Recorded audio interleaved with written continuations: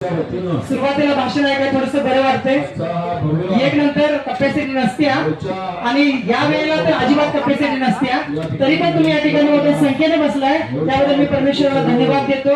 प्रियानो, आज या ठिकाणी आपण ज्या गोष्टीसाठी एकत्र जमलेलो आहे तो मुद्दा म्हणजे पडळकर आहे। याची जी सुरुवात झाली ती सांगलीमधून झाली।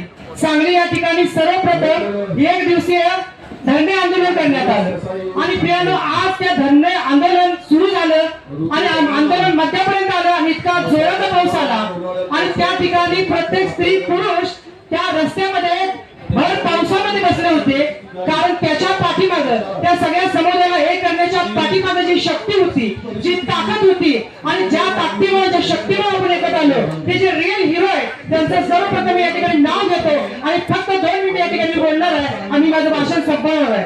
त्यामुळे या ठिकाणी सगळ्यात आपण मोठ्या संख्येने आलो, त्या सांगलीमध्ये जी चिंगारी पेटवली त्याचे सगळ्यात जे हिरो आहे त्या हिरोचे मी नाव घेतो, ते असतील तर या ठिकाणी उभे राहू शकतात। सर्वप्रथम आहे ते गॅब्रिएल भाऊ तिवडे, मला ते ख्रिस्ती महासंघाचे अध्यक्ष आहेत। आकाश तिवडे यांचेच नाव आहे, इथे कुठेतरी असतील। सॅमसन तिवडे यांचेच नाव आहे आणि दादासो कस्तुरे या ठिकाणी कुठेतरी असतील ते पण, आणि शांती दूतचे अध्यक्ष अब्राम बापावळे जे या ठिकाणी आहेत आणि साहेब राजावळे साहेब आमदार साहेब आहेत आणि त्या ठिकाणी राम कांबळे सर आणि श्रीनिवास चोपडे सर या सर्व लोकांनी पेटवलं आणि एक विशाल मोर्चाचं स्वरूप केलं। आज या ठिकाणी येत आहे, या सर्वांबद्दल आपण जोरदार टाळ्या वाजवा। त्यानंतर मी फक्त 2 मिनिटं बोलणार आहे। त्यानंतर आमदार गोपीचंद पडळकर जो एवढा तापलेला आहे, आज फुटतोय की उद्या फुटतोय अशी अवस्था झाल्या, याच्या पाठीमागे कारण काय की त्याच्या समाजातली ऋतुजा नावाची मुलगी आहे आणि त्याला मग असं वाटत आहे की कुठेतरी धनगर समाज ख्रिस्ती होतोय काय।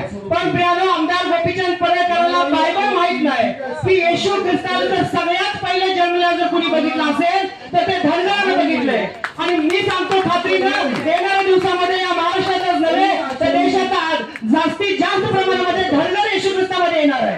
कारण प्रियानो, येशूने जर त्यांना निवडले, येशूने जर त्यांना दर्शन दिले तर धनगर अधिक प्रमाणात येणार आहे। त्याला गोपीचंद अडवू शकत नाही आणि गोपीचंद पडळकरांचं हे मंत्रिमंडळ सुद्धा त्या ठिकाणी अडवू शकत नाही। प्रियानो, सांगलीमध्ये सुरू झालं धरणे आंदोलन, वेगवेगळ्या ठिकाणी आंदोलन झालं। आपल्या महाराष्ट्र सरकारनं त्याची दखल घ्यायला पाहिजे होती आणि या ठिकाणी आपल्याला येण्याची आवश्यकता त्यांनी वाटू द्यायला नको पाहिजे होती। पण प्रियानो, मेलेला माणूस जसा तुमच्या माझ्यासाठी काही करू शकत नाही, तसे महाराष्ट्र सरकार मेलेलं आहे आणि म्हणून ते आमच्यासाठी काही करू शकत नाही। जर ते जिवंत असतं, तर त्यांच्यामध्ये जर कॉन्सेस असतं तर प्रियानो त्या ठिकाणचं मंत्रिमंडळ